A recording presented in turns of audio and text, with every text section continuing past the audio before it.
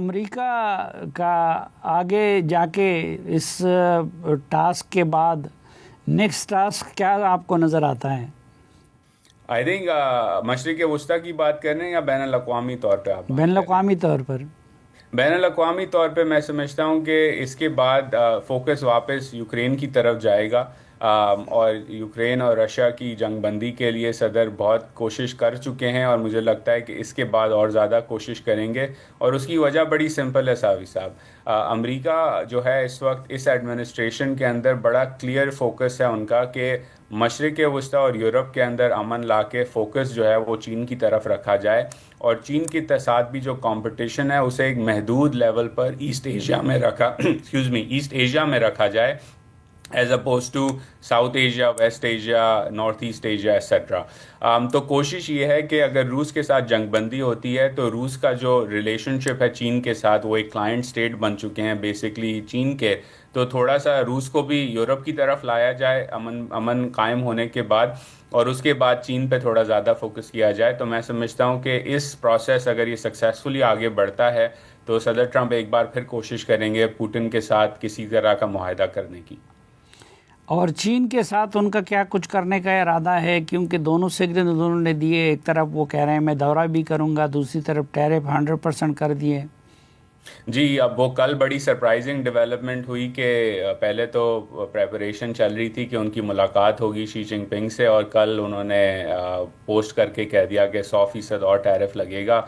और ये जो चीन ने एक्सपोर्ट कंट्रोल्स लगाए हैं इसकी वजह से मामला थोड़े से और गंभीर हो गए हैं। जहाँ तक मैं समझ पाया हूँ अभी भी उनकी कोशिश ये है सदर ट्रंप की कि चीन के साथ मुज़ाकरात करके एक रूल्स ऑफ द गेम तय किए जाएं।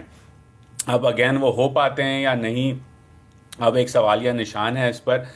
लेकिन जहाँ तक थोड़ी मेरी कल गुफ्तगू हुई थी लोगों से जो चीन पे गहरी नज़र रखते हैं कि हो सकता है आने वाले हफ्ते में, 2 हफ्ते में, अक्टूबर के एंड से पहले दोनों साइड्स थोड़ा सा बैक ट्रैक करेंगी अपने एक्सपोर्ट कंट्रोल्स और टैरिफ के मामलात पर, और शायद मुलाकात फिर भी हो जाए। You never know with Donald Trump. आपको जैसे याद है कि पहली दफ़ा वो सदर बने थे तो वो कहते थे नॉर्थ कोरिया पे बमबारी कर दूंगा, और उसके थोड़े दिनों बाद किम जोंग उन से उन्होंने मुलाकात कर ली। तो उनका स्टाइल थोड़ा सा डिफरेंट है। तो कल उन्होंने जो बात की है शायद वो एक तरह से धमकी है, और गालिबन शायद वो फिर भी शी जिनपिंग से मुलाकात करें अक्टूबर के एंड में।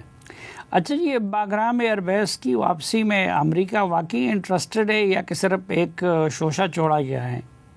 आई थिंक अभी तक शोशा है, और वो शोशा इसलिए साफ़ी साहब के अगेन अमेरिका के इंटरेस्ट्स हैं अफ़गानिस्तान में, बिलखुसूस IS खुरासान और जो दीगर दहशतगर्द गिरोह हैं जो थ्रेटन कर रहे हैं। अटैक्स फॉइल भी किए गए, आपको याद होगा ऑस्ट्रिया में टेलर स्विफ्ट का कॉन्सर्ट था, उसके ताने बाने IS खुरासान अफ़गानिस्तान से मिलते थे।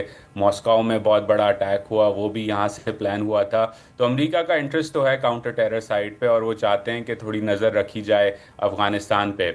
लेकिन ये शोशा इसलिए है क्योंकि अमरीकी अवाम किसी भी मूड में नहीं है एक ऐसे एडवेंचर में जहाँ अमरीकी फ़ौजी किसी नई जगह जाके एक नया बेस बनाएं और फिर वहाँ पे लड़ाई करें। तो डोनाल्ड ट्रंप मेरे ख़्याल में इसे लेवरेज के तौर पे इस्तेमाल कर रहे हैं। उनके लोग अब तालिबान से वैसे ही ज़ालिम खलीजात भी अभी गए थे हॉस्टेजेस की रिहाई की बात करने के लिए, बातचीत जारी है। लेकिन मैं नहीं समझता कि एनी टाइम सून बगराम पे कोई ऐसा ऑपरेशन होगा जहाँ अमरीकी फ़ौज जाके बगराम पे वापस अपना कब्ज़ा जो है वो कायम करेगी।